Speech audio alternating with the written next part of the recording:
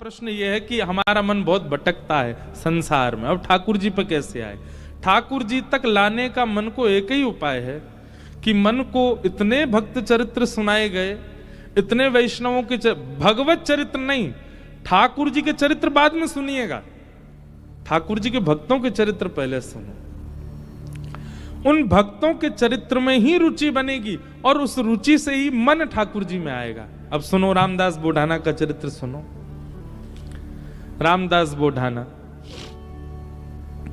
हर एकादशी आते थे द्वारिका, और उनका नियम क्या था?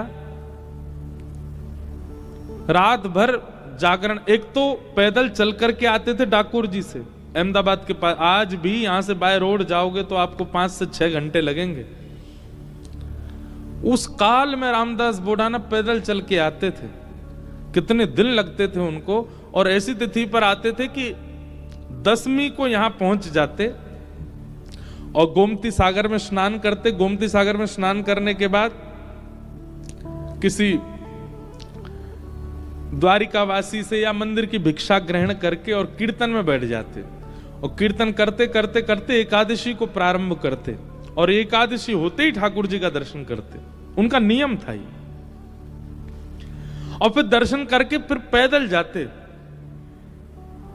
और पैदल वहां पहुंचते, बस 1-2 दिन वहां रुकते, इतने में फिर दूसरी एकादशी का समय आता, फिर पैदल आते, फिर यहां आके दर्शन करते। मतलब उनका जीवन यही था, बस पैदल आना जाना, द्वारिकाधीश का दर्शन करना।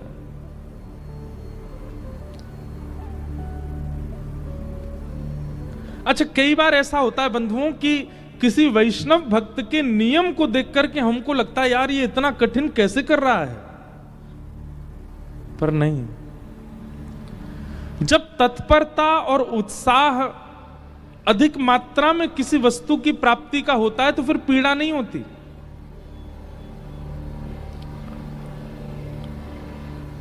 ध्यान से सुनिएगा बात को।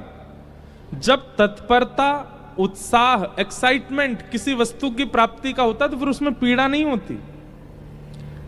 किसी लड़का को कोई लड़की पसंद आ जाए तो फिर उसके लिए चाहे जो करना पड़े उसको पीड़ा नहीं होती। फिर नस काट लेगो हाथ की, हॉस्पिटलाइज्ड रह जाएगो बेचारो, रात भर भोजन नहीं करेगा, दुख भरे गाने सुनता रहेगा।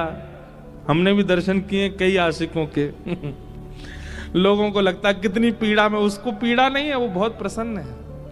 ऐसे ही पड़े रहने दो, अरिजीत सिंह के गाने चलने दो भाई रोने दो थोड़ा मुझको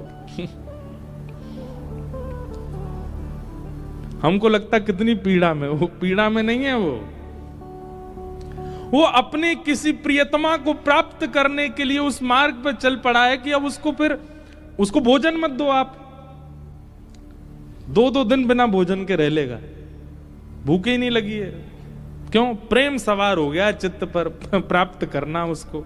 और फिर उससे ब्याह करा दो, 1-1.5 साल बाद फिर भोजन नहीं कर रहा है। क्यों नहीं कर रहा है? कहा बताऊं, अब तो ऐसा मन हो रहा है वैराग्य ले लूं, मैं विरक्त हो जाऊं अब मेरे भोजन सब रुचि मेरी उठ चुकी है।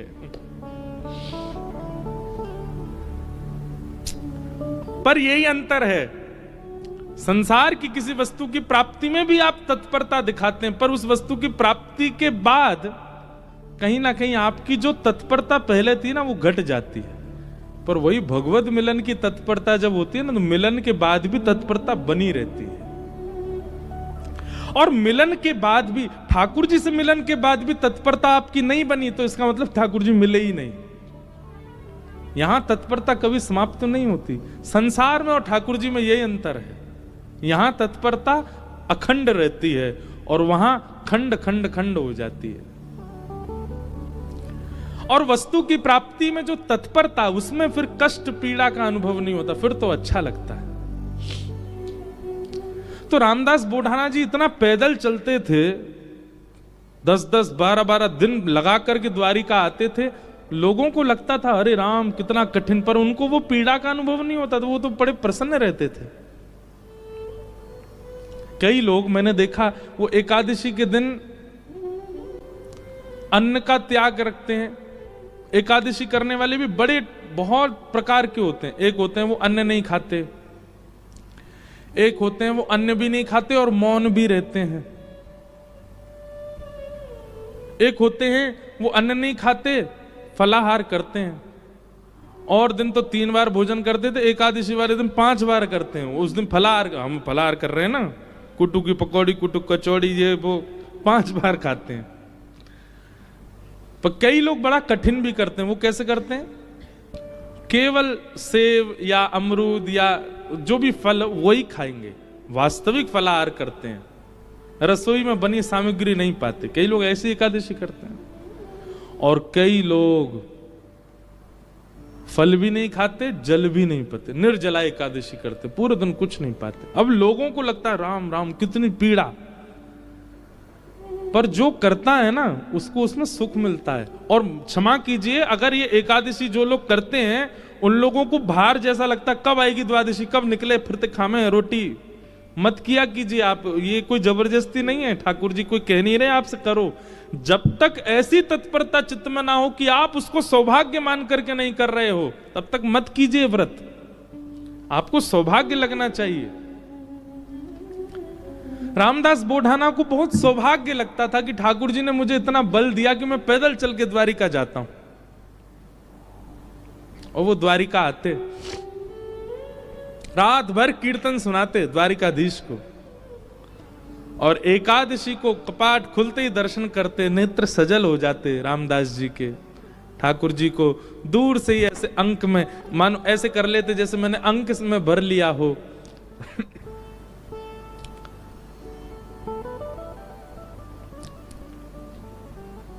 ठाकुर जी दया आ गई एक दिन, और रामदास बोढ़ाना से ठाकुर जी बात करने लगे। उनके स्वप्न में या उनके चिंतन में ठाकुर जी प्रकट हो गए और द्वारिकाधीश बोले, ए रामदास, तुम इतना परिश्रम करके मत आया करो।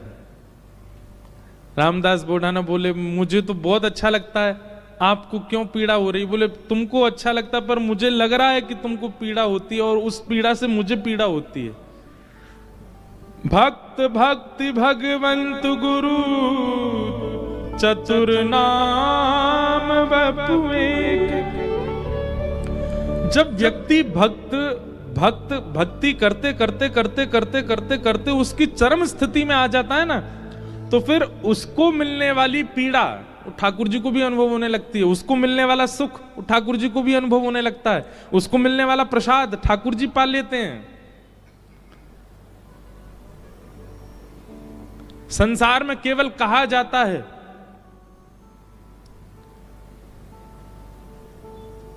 लेकिन यहां वास्तविक होता है कि आप पाओगे पेट उनका भरेगा, और ठाकुर जी पाएंगे पेट आपका भरेगा। कितने ऐसे प्रसंग मैं आपको सुना दूं।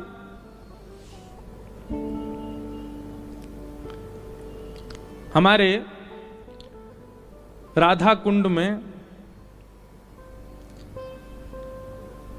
रघुनाथ दास जी षड गोस्वामी हुए अपने गौड़िया वैष्णव परंपरा में, उसमें एक रघुनाथ दास जी थे। बहुत अच्छी अच्छी लीला है रघुनाथ दास जी की। तो रघुनाथ दास जी का नियम था, केवल फलाहार करते थे। धीरे धीरे धीरे उन्होंने फलाहार भी छोड़ दिया, केवल दूध पीने लगे। धीरे धीरे उन्होंने वो भी छोड़ दिया, एक एक करुआ केवल छाछ पीते थे, उसी से पूरा दिन निकालते थे। एक दिन वो बहुत जोर से बीमार पड़ गए। कोई उनको देखने के लिए वैद्य आया। वैद्य ने आकर के जैसे देखा, पहले तो नाड़ी पकड़ के वैद्य बता देते थे क्या रोग है, तो नाड़ी पकड़ के देखा तो वैद्य बोला, इनका पेट खराब हो गया है, अपच हो गई है। तो वहां जितने लोग खड़े थे वो सब बोले, ये तो केवल छाछ पीते हैं, इनको अपच कैसे हो गई? केवल छाछ पीने वाले को अपच कैसे हो सकती है? तो उस समय गोसाई श्री विठलनाथ जी, जिन्होंने श्रीनाथ जी की सेवा, मतलब वल्लभाचार्य जी के पुत्र गोसाई श्री विठलनाथ जी, वो गोवर्धन में ही विराजते थे। उनको पता चली कि रघुनाथ दास जी बड़े बीमार हो गए, तो वो भी मिलने आए। मिलने तो आए, लेकिन व्यंग में आके बोले, हे रघुनाथ, हमने तो सुना था कि तुम केवल छाछ पीते हो, पर वैद्य से पता चला तुमको अपच हो गई है। इसका मतलब चोरी चुपके खूब माल उड़ाते हो, खूब धुआंधार जो है मालपुआ उड़ाते हो, तभी तुमको अपच हो गई है। रघुनाथ दास जी बोले, नहीं, मैं तो छाछ ही पीता हूं। बोले, फिर तुमको अपच कैसे हो गई? बोले मैं तो प्रत्यक्ष रूप से छाछ पीता हूं, पर जब मैं मानसी में जाता हूं, नेत्र बंद करके चिंतन में जाता हूं, वहां प्रिया प्रियतम 56 भोग खिलाते हैं, उससे अपच हो गई मेरे को, और वो अपच प्रत्यक्ष में दिखने लगी। अब सोचो, इस बात पर पढ़े लिखे लोग विश्वास नहीं करेंगे, पर यह वास्तविकता है।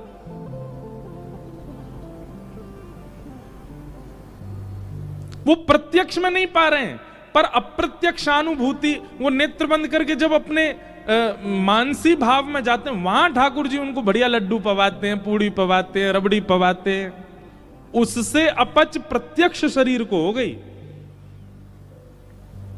ये बात सुनकर के गुसाई जी के नेत्र सजल हो गए। रघुनाथ दास जी को हृदय से लगा लिया, बोले जय हो, तुम्हारी भक्ति को प्रणाम कि तुमको ठाकुर जी प्रत्यक्षानुभूति करा देते हैं।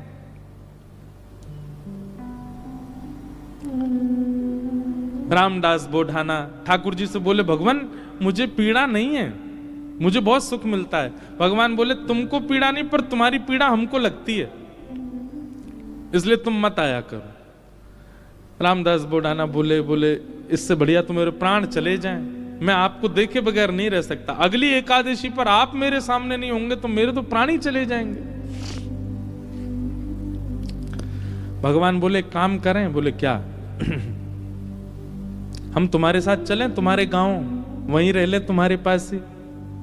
एकादशी क्या तुम हर दिन हमको देख लिया करना। रामदास बोढ़ाना घुटनों पर बैठ कर रोने लगे, बोले हे द्वारिकेश, ये कैसी आज्ञा कर रहे हैं आप, ये असंभव है। बहुत दीनहीन गरीब व्यक्ति हूं, मेरे घर में खप्पर भी नहीं है, कहां रखूंगा, कहां बैठाऊंगा, और ये तो आप बस बोल रहे हो ऐसे प्रेम, बस ये हो नहीं सकता। ठाकुर जी ने तुरंत अपनी पोटली दिखाई, बोले हमने पहले तैयारी कर रखी है, देखो अपनी पोटली बांध रखी है, इसमें सारी पीतांबरी धरी हमारी, मुकुट वुकुट ये सब टिपारा विपारा सब धर के चल रहे हैं हम। बढ़िया द्वारिका में हमारी बहुत अच्छी व्यवस्था हो रखी है, सब ले चलेंगे, तुमको कुछ नहीं करना पड़ेगा, इसी से हमारा श्रृंगार कर दिया करना। रामदास जी बोले, आप सच बोल रहे हैं क्या? ठाकुर जी बोले, हम सच बोल रहे हैं, हम चलें तुम्हारे साथ, वहीं रहेंगे, तुम्हारे पास ही, रोज देख लिया करना। रामदास जी बोले, फिर द्वारिका का क्या होगा? ठाकुर जी बोले, हम जहां बैठ जाएं द्वारिका वही है। और रही बात, जब एक साथ हम 5 रूप धारण, हजारों रूप धारण कर सकते हैं, तो 2 रूप भी धारण कर लेंगे। आज तक तुमने एकादशी जिस रूप को देख करके की है, वो रूप तुम्हारे पास रहेगा, यहां एक दूसरा व्यवस्थित हो जाएगा। रामदास जी को पूरी तरह ये विश्वास हो गया कि ठाकुर जी मजाक नहीं कर रहे, ये सच बोल रहे हैं, ये चलेंगे मेरे संग। नियम का फल ये मिलता है। देखो, एक नियम को जब व्यक्ति तत्परता से करता है तो ठाकुर जी ऐसा देते हैं उसको। कई लोग कह देते हैं एकादशी पर भूखे रहने से भगवान को कोई, इससे थोड़ी प्रसन्न होंगे भगवान। ठाकुर जी प्रसन्न नहीं होते हैं, पर आपकी तत्परता ठाकुर जी देखते हैं। आजकल बच्चे ऑफिस जाते हैं, ऑफिस का टाइम क्या 9 बजे, अब कोई आवे 9:30, कोई आवे कोई आवे 9:45। अब उसको सब लोग, जो टाइम पे आने वाला बच्चा, उसकी सब मजाक उड़ाते हैं, बोले तू भी क्या पागल है, 9 ही बजे आ जाता है बिल्कुल। अरे सैलरी ले रहे हैं, मेहनत करनी है, ठीक है, टाइमली, ठीक है, थोड़ा आधा पौना घंटा ऊपर नीचे चलेगा, लेकिन वो बालक कहता नहीं, ये मेरी तत्परता, मैं 9 बजे ही आऊंगा। और वो 9 बजे आने वाला बालक, वो कभी ना कभी उसका जो बॉस होता है ना, वो खुश होकर के कुछ तो उसको देता है, उसको थोड़ा अपग्रेड कर देता है। सिंसियरिटी, आपके कार्य के प्रति आपका स्वामी देखता है। ऐसी भक्ति में भी सिंसियर होना बहुत जरूरी है। होता उससे कोई ठाकुर जी बहुत प्रसन्न नहीं, पर हां ठाकुर जी दृष्टि तो रखते हैं। परिक्रमा लगा रहा है, कैसे लगा रहा है, एकादशी कर रहा है, कर कैसे रहा है, तिलक स्वरूप करता है, उस समय क्या उच्चारण करता है, मंदिर जाता है, प्रसाद कैसे पाता है, दर्शन कैसे करता है, इन सब के प्रति जो आपकी सिंसियरिटी, वो ठाकुर जी देखते हैं। रामदास को ठाकुर जी बोले, अब तो तुम जाओ, अगली बार बैलगाड़ी लेके आना। कैसे लेके जाओगे हमको?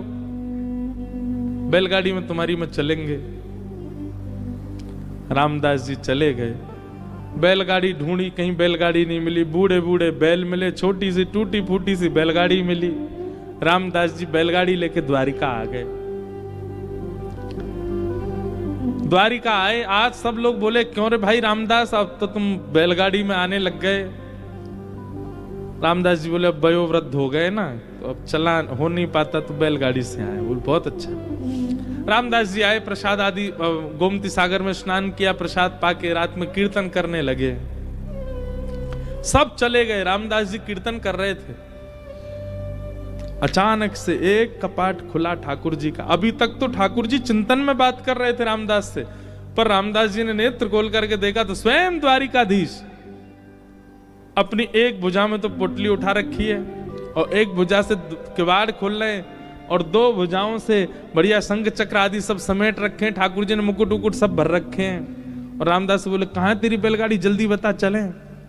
जैसे कोई भागता है घर छोड़ के, ऐसे ठाकुर जी भाग रहे थे। आज भी मंदिर दर्शन करने जाओ आप तो द्वारिकाधीश जी की जब परिक्रमा करेंगे तो पीछे ही रामदास बोढ़ाना जहां से जिस खिड़की से ले गए ठाकुर जी को, वो खिड़की है अभी भी मंदिर में। ठाकुर जी निकल के बाहर आ गए। चलो, रामदास जी को तो विश्वास ही नहीं हो रहा है, स्वयं द्वारिकाधीश मेरे साथ जा रहे हैं।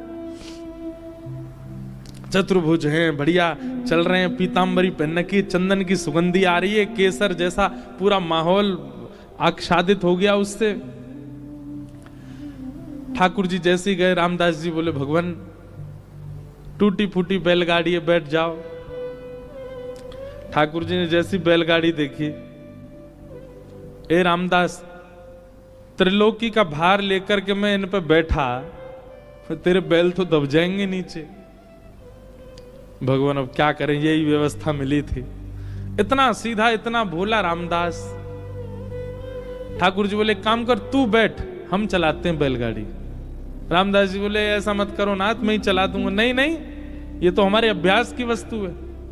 अर्जुन के खूब हमने रथ हाँके हैं, बहुत दिनों बाद बैलगाड़ी मिली, चलो हाँके थोड़ा इसको। और रामदास पीछे बैठे और ठाकुर जी आगे पैर लटका के बैठे और बैलगाड़ी चला रहे हैं। ठाकुर जी के स्पर्श होते ही बैलगाड़ी तो बिल्कुल नवीन हो गई, बैल बिल्कुल युवान हो गए। यहां मंगला का समय हो रहा था, सूर्य उदय हो रहे थे धीरे धीरे। ठाकुर जी बोले रामदास, इस सुबह होते ही सब पंडा पुजारी भागेंगे, ढूंढेंगे, देखेंगे मंदिर में तो मैं हूं नहीं, सब आ जाएंगे। ये हमको बीच रास्ता में ही पकड़ लेंगे। तभी थोड़ी दूर ही पहुंचे थे, वहां एक बाबरी थी, एक सरोवर था। ठाकुर जी ने कही तुम हमको नीचे छुपा दो ताकि कोई हमको ढूंढ ना पाए, क्योंकि ढूंढने वाले तो आएंगे और जब ढूंढ हार के चले जाएं, कुछ ना मिले, फिर हमको दोबारा लेके फिर चल देना आगे। रामदास जी मनी मन इतने प्रसन्न हो रहे हैं, बोले ठाकुर जी आपको क्या पड़ी है जाने की मेरे साथ। अरे मैं तो मना कर चुका हूं 5 बार कि ठाकुर जी आप यहीं रह लो, पर नहीं, उन्हीं की इच्छा है जाने की। जब मन ऐसा भटकता है ना ठाकुर जी में, तब ठाकुर जी ऐसा करते हैं। आपके मना करने पे भी चल देंगे आपके साथ। हमारे लाल जी, गिरधर लाल जी,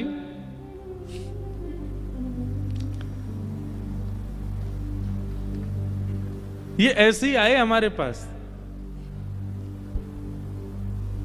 जब प्राप्त हुए थे ना, तो एक बार मैंने तो, अब बोलने में अटपटा लगता है, पर एक बार मैंने तो यही कहा कि मुझे तो श्रृंगार आता नहीं, मुझे सेवा आती नहीं, कैसे करूंगा, कैसे संभालूंगा, कैसे इनकी नथ बेसर धराऊंगा, कैसे इनके नेत्र श्रृंगार, कैसे मुकुट पाक कैसे बनाऊंगा। ये अभी जो ये स्वरूप दिखा आपको, दिखा उसमें, ये साल में एक बार हमारे गिरधर लाल जी जगन्नाथ जी बनते हैं, ये तब का स्वरूप है।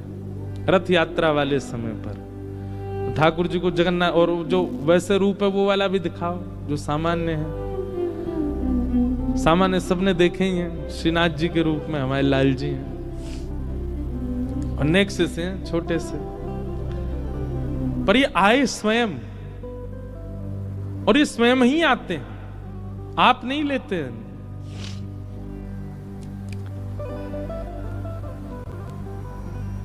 रामदास नीचे बावरी में ले जाकर के द्वारिकाधीश जी को छुपा दिया।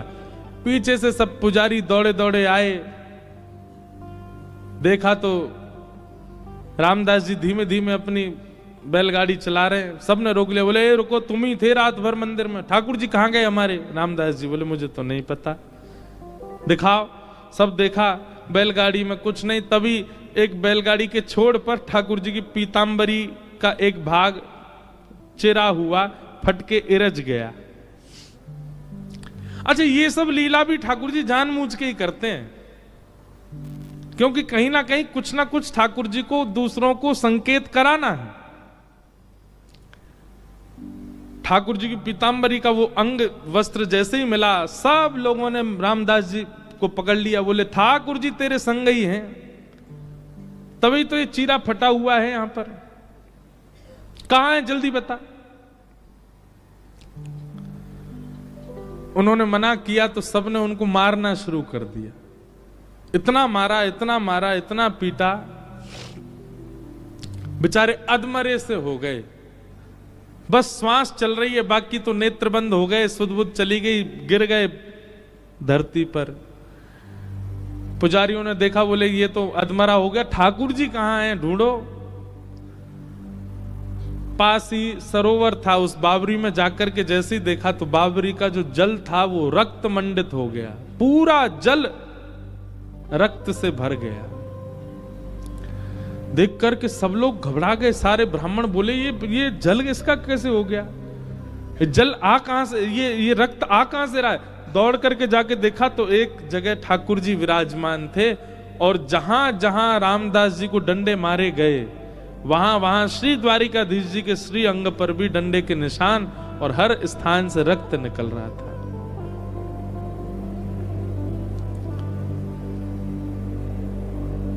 सब पुजारी जी चरणों में गिर गए, सब ब्राह्मण देवता बोले भगवान ये क्या हो गया? बोले ये क्या हो गया, मेरे भक्त को मारते हो, मेरी इतनी आराधना करी, मेरी इतनी सेवा करी, इतना अर्चन किया, उसके बाद भी ये नहीं समझ पाए कि मेरे भक्त और मुझ में कोई अंतर नहीं है। सब क्षमा याचना करने लगे। ठाकुर जी बोले अब कुछ नहीं होगा, अब तो हम रामदास के साथ ही जाएंगे और वहीं रहेंगे। और ठाकुर जी सब देखते रह गए, लेकिन रामदास जी के साथ में ऊपर आए ठाकुर जी, और आकर के रामदास जी को जैसे हृदय से लगाया, सारे घाव ठीक हो गए, और कहा ले चलो हमको। ठाकुर जी गए सीधे और डाकोर जी में जाकर के रामदास जी के यहाँ विराजमान हो गए, और उनका नाम पड़ा रणछोड़ राय भगवान। बोलो रणछोड़ राय भगवान की। उनके यहाँ ठाकुर जी विराजे। सब ब्राह्मणों ने जाकर के निवेदन किया, भगवान से प्रार्थना की, बोले प्रभु आप द्वारिका छोड़ के यहां चले आए, और द्वारिका का कैसे अब भरण पोषण होगा, इतने दर्शनार्थी आएंगे, ये सब होगा कैसे चलेगा। और सबसे बड़ी बात, ये सारे ब्राह्मण ये सब आपके द्वारा बसाए हुए हैं द्वारिका में, इन सब का जीवन भरण पोषण सब आपसे चलेगा, और आप ही चले गए, अब हम कैसे अपने खाएं पिए, क्या करें, हमारा जीवन यापन कैसे होगा। ठाकुर जी बोले बस यही अंतर है, भक्त कभी भी ये नहीं पूछता कि मेरा जीवन यापन कैसे होगा, वो यही पूछता है कि आप कैसे मिलोगे। और आप लोगों को कहीं ना कहीं ये चिंता है कि आप लोगों का भरण पोषण कैसे होगा। तो एक काम करते हैं, हम अपने भार के समान आप सबको सोना दे देते हैं, उतना स्वर्ण ले जाओ, चलेगा? सब ब्राह्मण बोले ठाकुर जी भारी तो खूब है, इनके भार के समान सोना मिल जाएगा तो आनंदी हो जाएगा। ठाकुर जी बोले वैसे ब्राह्मण देवता सब बोले चलेगा तो नहीं, लेकिन फिर भी अब आपकी इतना प्रेम है रामदास से, तो आप तो रह लो यहीं पे, दे दीजिए, इतना सोना ही दे दीजिए हमको, और क्या करें। भगवान बोले लाओ तराजू लाओ। ब्राह्मणों ने सबने तराजू की व्यवस्था करी, बढ़िया सब। एक तरफ ठाकुर जी बैठ गए। ठाकुर जी बैठते ही रामदास, ए रामदास चलो लाओ, दूसरी तरफ सोना रखो, तोलो हमसे, और हमारे बराबर का दो सब ब्राह्मणों को। रामदास जी बोले भगवान ये बात नहीं बनेगी, मैंने पहले ही मना किया था, मेरे यहाँ तो खप्पर ही नहीं है, घर में पानी आ जाता है, मेरे यहाँ कोई व्यवस्था नहीं है। आपने ये बात आपको पहले से पता थी, आपने फिर भी देखो अब सबके आगे मेरी नाक कटवा रहे हो आप। अरे कुछ व्यवस्था नहीं है मेरे पास, मेरे पास महीना भर में जो व्यवस्था होती उससे मैं द्वारिका आ जाता था, बस इतनी व्यवस्था थी, और इन ब्राह्मणों को कैसे दूं मैं।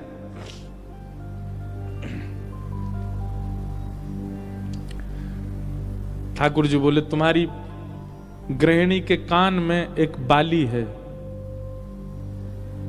स्वर्ण की, वो लेके आओ, उससे हमको तोल दो। रामदास जी बोले बाली से तोलना? बोले हाँ उसी से तोलो, अभी हम चमत्कार दिखाते हैं। रामदास जी गए, अपनी पत्नी के कान से बाली निकलवा के ले आए, और जैसे ही रखा तराजू में तो वो तो नीचे चली गई, ठाकुर जी ऊपर आ गए, बिल्कुल लटक गए ऊपर ही। और सब ब्राह्मणों से बोले लीजिए, हमने तो कही थी बराबर का सोना, ये हमसे ज्यादा है, देखो हम ऊपर चले गए, ले जाओ इसको। आप बहुत बाली, और इससे आप इतने हल्के हो गए।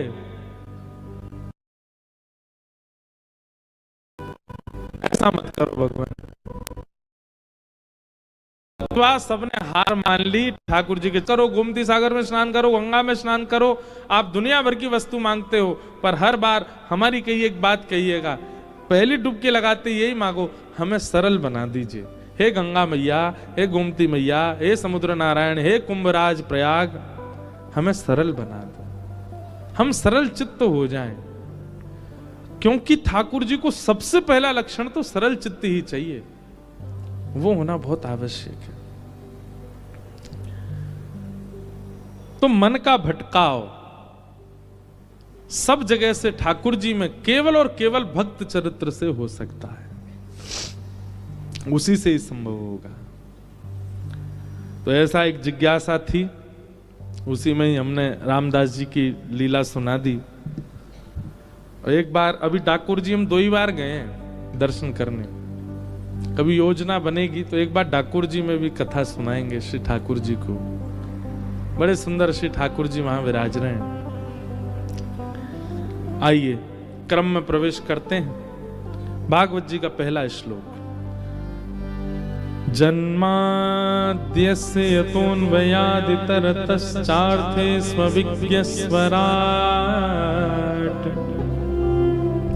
तेने ब्रह्म हृदय आदि कवये मुह्यन्ति यत्सूरयः तेजो वारि मृदां यथा विनिमयो यत्र त्रिसर्गो मृषा धाम्ना स्वेन सदा निरस्तकुहकं सत्यं परम धीमहि। एक बात और, जैसे अभी हमने सुना कि सरल चित्त ठाकुर जी को प्रिय है, ऐसे ही सत्य आचरण करने वाला भी ठाकुर जी को बहुत प्रिय है।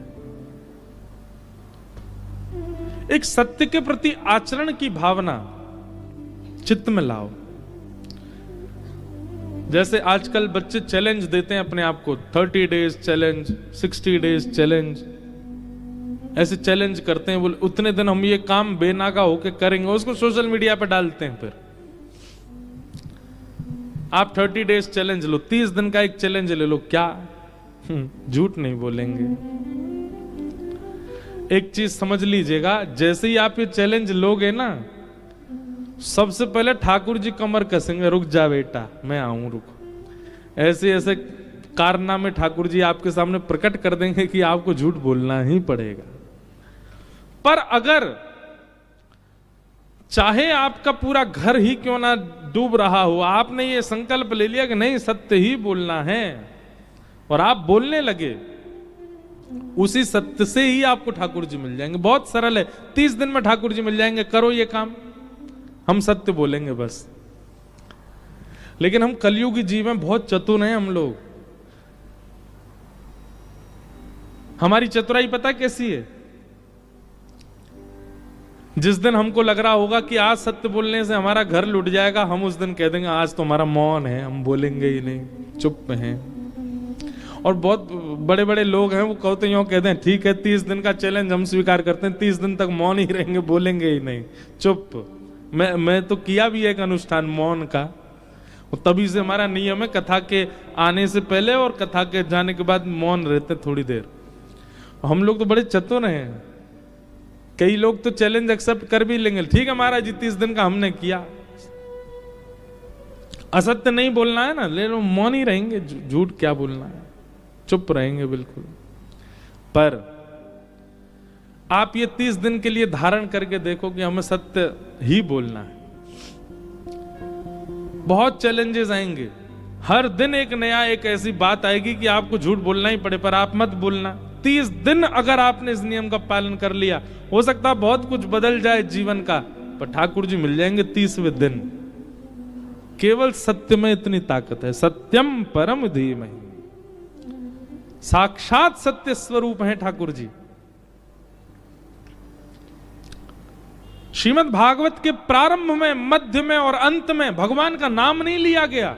ठाकुर जी को वंदना कैसे कर रहे हैं? सत्यम परम धीमहि, परम सत्य को हम वंदन करते हैं। श्रीमद् भागवत जी के मध्य में क्या कहा जाता है? सत्य प्रतम सत्य परम त्रिसत्यम सत्यस्य योनिम निहितम च सत्य सत्यस्य सत्य अमृत सत्य नेत्रम सत्यात्मकम त्वाम शरणम प्रपन्ना। सत्य सत्य सत्य सत्य सत्य 9 बार सत्य कहा। और भागवत जी के विश्राम में 18,000 श्लोक पूर्णता होने पर भी सत्यम परम धीमहि, हम परम सत्य को वंदन करते हैं। 3 बार यदि किसी बात को कह दिया जाए तो सिद्ध हो जाती है। ठाकुर जी को 3 बार आदि मध्य और अंत में सत्य कहा, इसका मतलब ठाकुर जी सत्य हैं।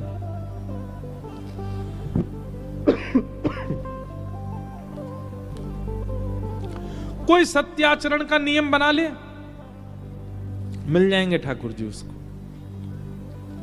पर याद रहे बहुत कुछ छूटेगा, बहुत कुछ लूट सकता है, बहुत कुछ अलग हो सकता है, इसलिए इस चैलेंज को लेने से पहले इस चीज का ध्यान रखिएगा। भगवत प्राप्ति के पथ पे जब आप चलना प्रारंभ करते हैं ना, तो आपके जीवन में आने वाली परीक्षा कोई और नहीं लेता, स्वयं ठाकुर जी ही लेते हैं।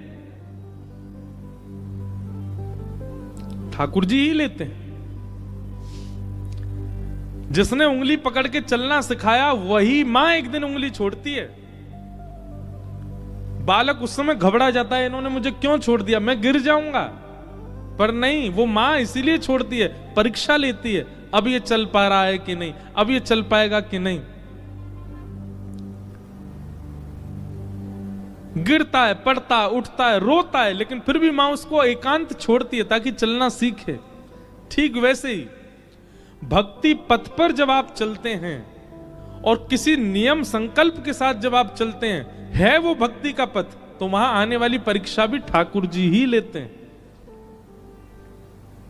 आपको और सुदृढ़ बनाने के लिए।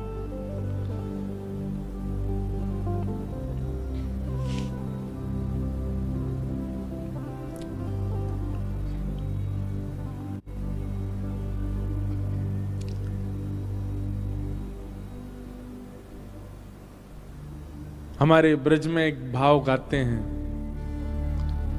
प्रेम नगर की डगर है कठिन रे, बटोही न करना बसेरा, पग बढ़ा हो न जाए अंधेरा, पग बढ़ा हो न जाए अंधेरा। हम भले ही एक भागवत वक्ता के पुत्र हैं, पर हमने भी जब नियम लिया ना कि हम कथा करेंगे, मित्रों की संख्या कम होती चली गई, प्रियजनों की संख्या कम होती चली गई।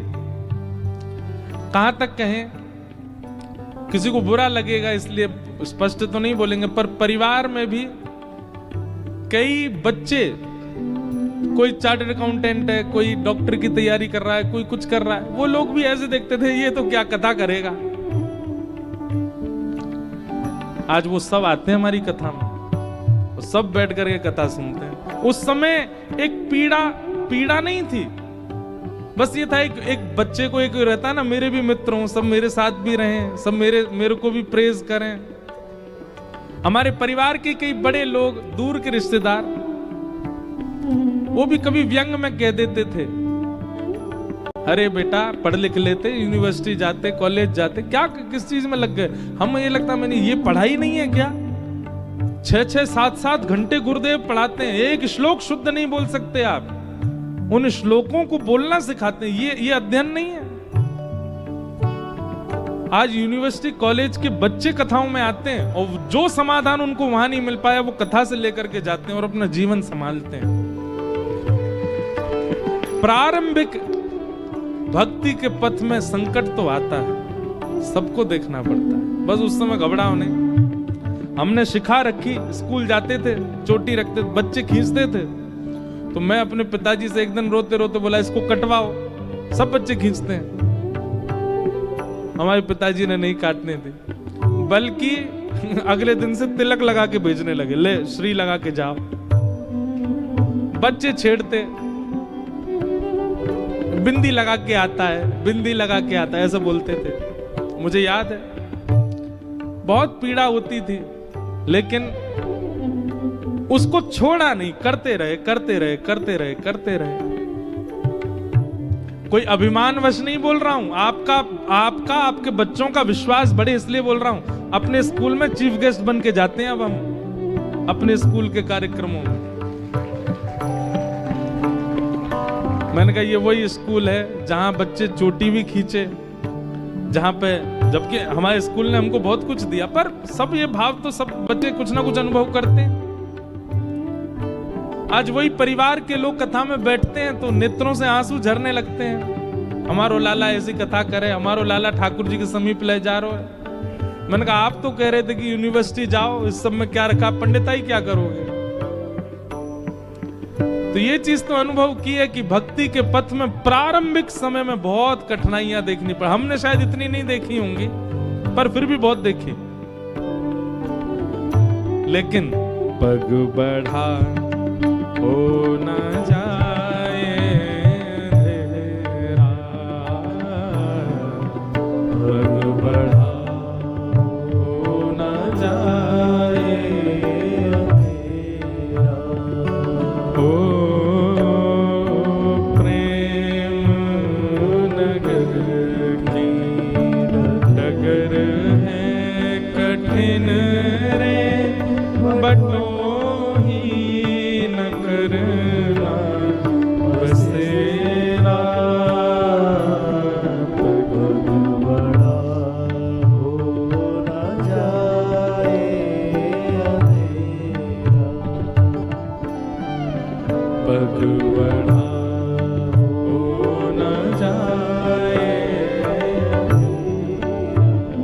अच्छी बात क्या? मन का रतन रख जतन से अनाड़ी, मन का रतन रख जतन से अनाड़ी, मन का रतन रख जतन से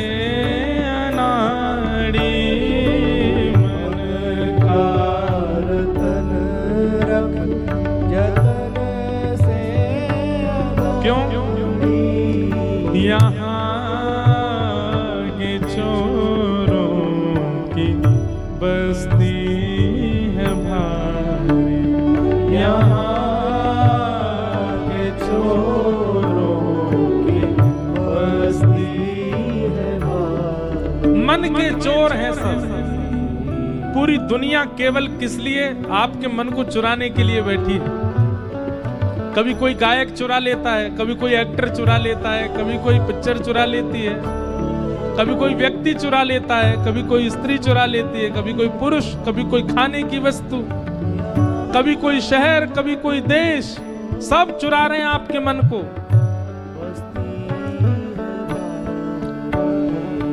ज्ञानी लुटे गुमानी यहाँ पल में लुट जाए लाखों का डेरा। बड़ा हो न जाए अंधेरा, बड़ा हो न जाए अंधेरा। संसार में सब चोर हैं, ध्यान पूर्वक सुनिएगा। द्वारिका की इस कथा में हमको पता नहीं एक अलग सी उमंग आ रही है, एक अलग सी लहर आ रही है। अब ये कितने दिन आएगी, कितने देर आती है, ये तो भगवान जाने। इसलिए सुन लीजिए, यहां हम बहुत कुछ अपने मन के भाव ही कह रहे हैं। चोर सब है संसार में, कभी कोई चुरा रहा है, कभी कोई चुरा रहा है। पर भैया वास्तविक में चोराग्र कन्या है द्वारिकाधीश। ये कथा किस लिए हो रही है भाई? चित्त को चुराया तो सब जगह जा रहा है, पर चित्त को वो चुराए जो चोरों का भी स्वामी है। ऐसा चित्त बन जाए कि वो चुराए उसको। और वो तभी चुराएंगे जब ठाकुर जी का एक स्वरूप है, पहले से चोरी हुई वस्तु को नहीं चुराते, नहीं चाहिए उनको। लेकिन हमारा मन तो बहुतों ने चुरा रखा। मुंबई के गेटवे ऑफ इंडिया ने चुरा रखा कई लोगों का मन। भेलपुरी ने चुरा रखा मन, बड़ा पाव ने चुरा रखा मन। गुजरात की क्या बनती है वो फेफड़ा, फाफड़ा फेफड़ा नहीं फाफड़ा, फाफड़ा। और हिंदू आगे नहीं बताऊंगा, और भी दो तीन आ गए थे याद। उसने चुरा, कई लोगों को सुबह सुबह उठते ही वही चाहिए। क्यों? मन चुरा रखा है। पर भैया इतनी जगह मन जब चोरी हो चुका हो तो ठाकुर जी की दृष्टि नहीं पड़ती। इसलिए हम मंदिर में जाते हैं, हमको ठाकुर जी ऐसे ही दिखते हैं, ना हिलते, ना डुलते, ना नैन मटकाते, ना सिर झुकाते। क्यों? ठाकुर जी को इंटरेस्ट ही नहीं है आपके मन में। क्यों? पहले से ही चोरी करवा रखा है आपने। कथा में आओ, गुरुजनों के पास जाओ। गुरुजन क्या करेंगे? सारे चोरों से, जहां जहां आपका मन चोरी हो गया, सब जगह से छीन लाएंगे, सब जगह से लेकर के आएंगे। और जो जो आपकी चोरी हुई है हृदय की, वो सब वापस ला करके आपको दी जाएगी और कहेंगे अब जाओ। और फिर उसके बाद जब जाओगे तो जैसे मीराबाई को चतुर्भुज ठाकुर जी थोड़ी पे हाथ धरे दिखे द्वारिकाधीश, जैसे रामदास बोढ़ाना को ठाकुर जी अपनी पोटली उठा के कमर पर टांगते भय चलते भय दिखाई दिए, वैसे दिखने लग जाएंगे। ये कथा किसके लिए है? जहां जहां चोरी हो रखा है सब जगह से इकट्ठा करो, लाओ अपने पास और प्रस्तुत कर दो, वो चोरी करें इस चित्त की। ज्ञानी लुटे गुमानी यहाँ पल में लुट जाए लाखों का डेरा। पग बढ़ा हो न जाए अंधेरा, पग बढ़ा हो न जाए अंधेरा। प्रेम डगर है कठिन ही न करना, पग बढ़ा हो न जाए पग बढ़ा हो न जाए। अब चोर की बात हुई तो हमको सूरदास जी का एक पद याद आ गया, और गाएंगे तो नहीं पूरा, पर उसका भाव सुना देते हैं।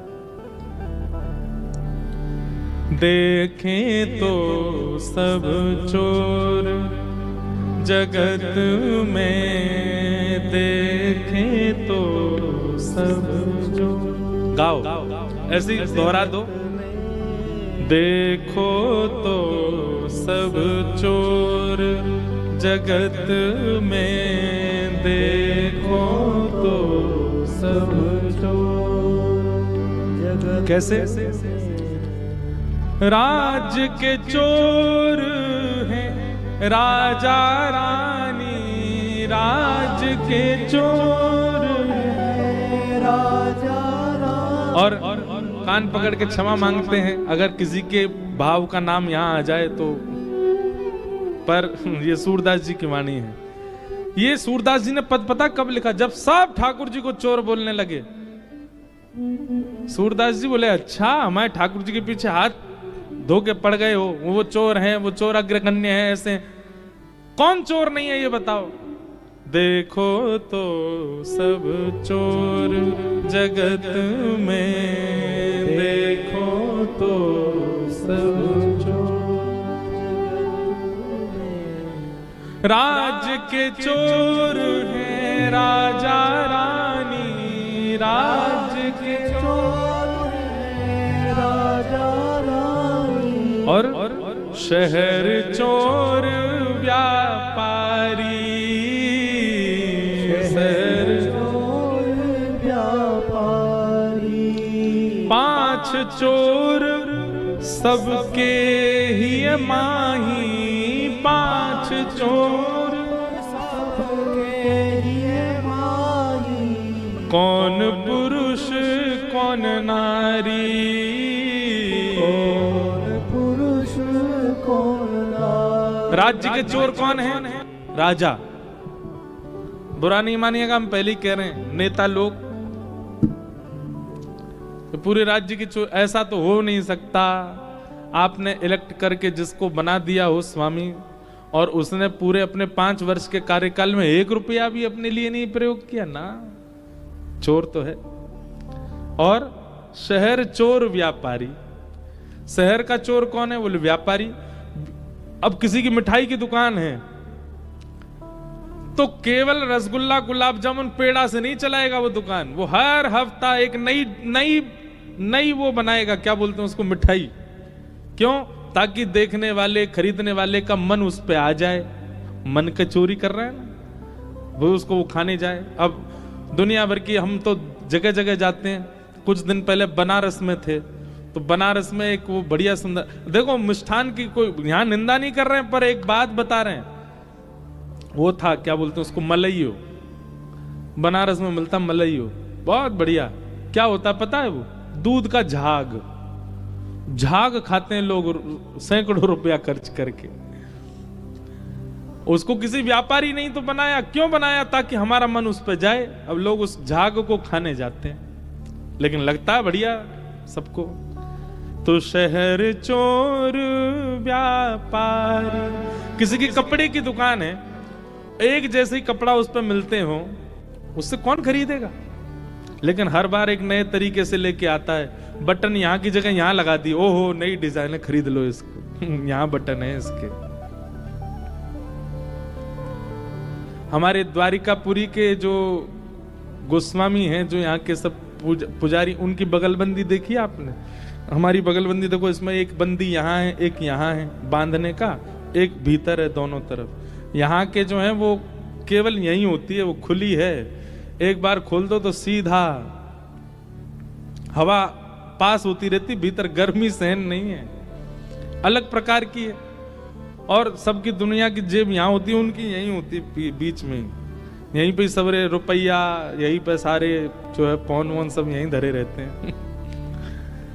किसी व्यापारी ने उसको भी बनाया होगा, उसी पे आकृष्ट होकर अब यहाँ वही प्रचलन चल रहा है। तो चाहे वस्त्र का व्यापारी हो, भोजन का व्यापारी हो, कोई भी व्यापारी हो, वो हर महीना एक नवीनता लाने की प्रयास का। वो नवीनता के पीछे कारण क्या है? समाज का मन आकृष्ट हो। एक बहुत अच्छी बात बताऊं, अभी पूज्य राधा कृष्ण महाराज जी कथा में था मैं, अपने उत्सव और इस कथा के बीच में एक दिन जालना गया। उन्होंने बहुत अच्छी एक बात कही, ठाकुर जी कभी नहीं बदले। आज से 500 साल पहले द्वारिकाधीश का जो भोग लगता था वही भोग आज भी लगता है, कुछ परिवर्तन नहीं। आज से 500 वर्ष पहले श्री द्वारिकाधीश जैसा टिपारा पहनते थे, जैसा किरीट पहनते थे, जैसा मुकुट पहनते थे, वैसा ही आज भी पहनते हैं। श्री द्वारिकापुरी में दिन के हिसाब से वस्त्र का वर्ण होता है। जैसे मंगलवार के दिन ठाकुर जी ऐसा कलर पहनेंगे, सोमवार के दिन ऐसा पहनेंगे, शुक्रवार को ऐसा पहनेंगे, शनिवार को ऐसा पहनेंगे। वो 500 उससे भी पुराने समय से वो आज तक वैसा ही है। ठाकुर जी उस दिन वही पहनेंगे। आज ठाकुर जी ने पीला पहना है, केसरी पहना है, तो ये कितने समय से चला आ रहा होगा कि आज के दिन ठाकुर जी केसरी पहनेंगे। वो नहीं बदलते, परिवर्तन नहीं करते। भोग में परिवर्तन नहीं, श्रृंगार में परिवर्तन नहीं, मुकुट में परिवर्तन नहीं। मंदिर में कितना पुराना मंदिर है द्वारिकाधीश का, इसी में बैठे हैं। आदमी 100 वर्ष का उसको जन्म मिलता है, जीवन मिलता है, 3 घर बदल देता उसमें भी। अगर बढ़िया धनवान हो जाए तो 3 घर बदल देता है। ठाकुर जी उसी में बैठे हैं। सब परिवर्तन क्यों करते हैं? आकर्षण प्रकट करने के लिए। पर ठाकुर जी ने फिर भी आकर्षण है, इसीलिए वो परब्रह्म है। कुछ परिवर्तन नहीं किया, फिर भी आकर्षण। कथा जो हम आपको आज मंच से सुना रहे हैं आज की है, 5000 साल पुरानी कथा है। वही श्लोक हैं, वही परंपरा है, वही 7 दिन है, वही नियम है, वही कथा है, पर फिर भी उसके प्रति आकर्षण, फिर भी उसके प्रति वह भाव, वह प्रेम, वह सुनने की उत्सुकता। इसीलिए ये पुराण है, ये ग्रंथ नहीं है, ये किताब नहीं है, पुराण है। इसीलिए कृष्ण स्वरूप है, क्योंकि जितनी बार सुनो उतनी बार नहीं है। कितने श्रोता ऐसे हैं वो लगभग कथाओं में आते हैं, अब उनसे पूछा जाए आप तो पिछली कथा में भी थे, उससे पहले भी थे, पर नहीं, हर बार नया है, नूतन है। कथा का स्वरूप हर बार नया होता है, इसीलिए तो उनकी रुचि बढ़ रही है। पर कथा वही है, व्यासपीठ वही है, व्यास जी वही है, मंच वही है, पर फिर भी नवीनता, इसीलिए वो परब्रह्म है। कुछ नया ना करते हुए भी नया नया प्रकट होता है, इसीलिए वो परब्रह्म है। तो 5 चोर सबके ही माही, 5 चोर हम सबके अंदर हैं। नाम बताओ इन 5 के।